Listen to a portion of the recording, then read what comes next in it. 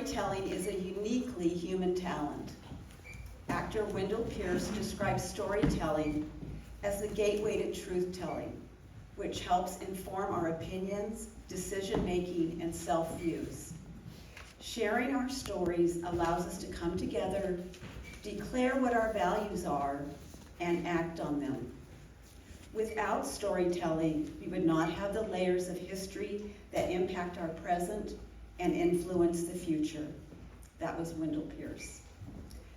Gaining a better understanding about how my self-identity was shaped has been essential in my personal growth. The stories I'm about to tell you are not only my memories of a unique woman who influenced my life, but also about my discovery of the person I think I am and why. I was raised in a small farming community in Northern California during the post-war boomer years. The life at times was idyllic, and at other times stifling. In a town where everyone knows your name, you can find yourself supported and loved, or judged and pressured to conform. My Aunt Charlotte, my mother's sister, provided me with a glimpse of what my life could be beyond that small town mentality. She was influential in introducing me to a new set of social norms, values, and to the joy and sacredness of being out in nature. My siblings and I never called Charlotte Aunt or Auntie, just plain Char. She was loving in a crusty, cranky kind of way. She was tough, but not hardened. No one told Char what to think, do, believe, or say. She was an anti-nuke, anti-war, folk singing, beer drinking, social justice seeking, leftward leaning you. Need I say more? Char influenced my entire family. She advised my mom when we were small not to give us fresh milk because of the high radiation count secondary to all the atmospheric nuclear testing the US and Russia were conducting. We gagged down gallons of powdered milk during the Cold War. We boycotted grapes because of the growers' poor treatment of the farm workers. Char marched with her children during the civil rights protests of the 60s. She and I marched together against US involvement in the Vietnam War.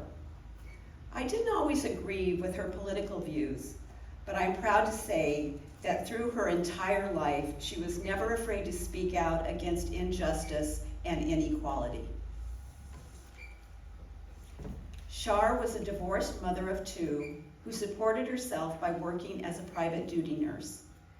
We saw her and my cousins frequently throughout our childhood.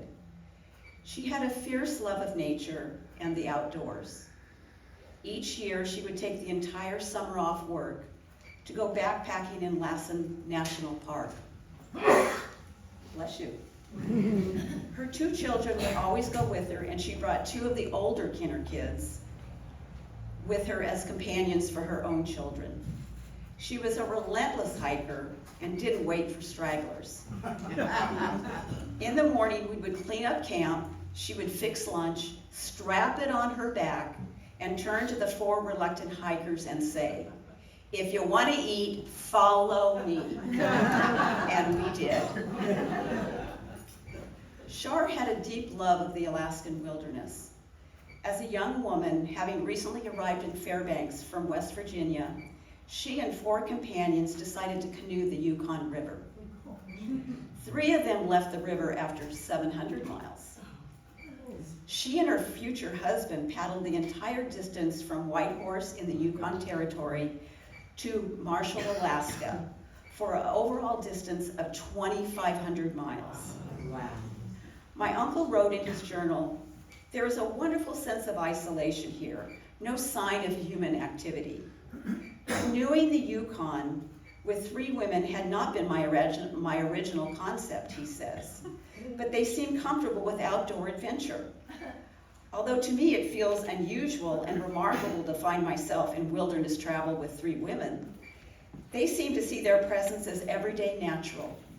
They wanted to come, and they came, and that is all there was to it.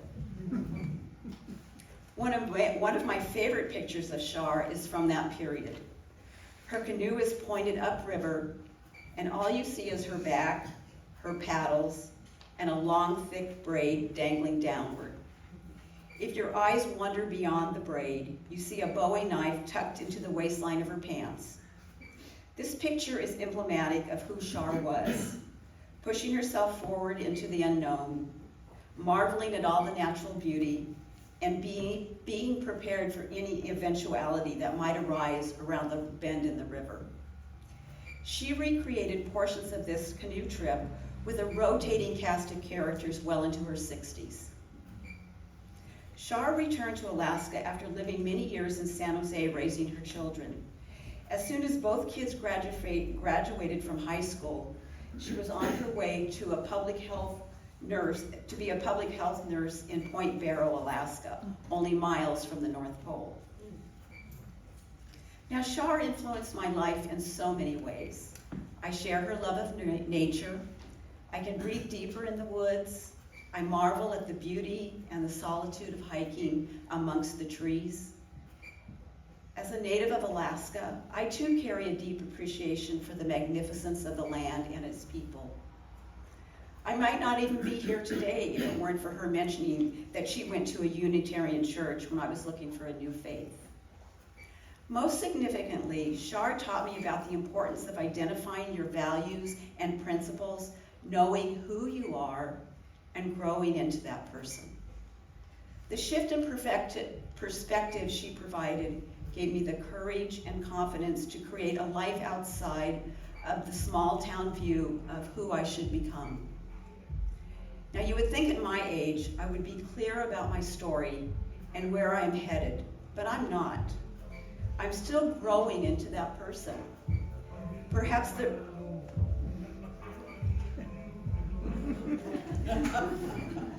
the remembering of my aunt today will bring to both you and to me a greater understanding of who I am and how my present and future has been shaped by one feisty lady.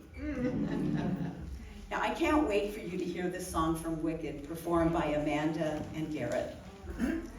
For Good tells a touching story about how relationships change us and make us grow. Amanda, Garrett, and Paul.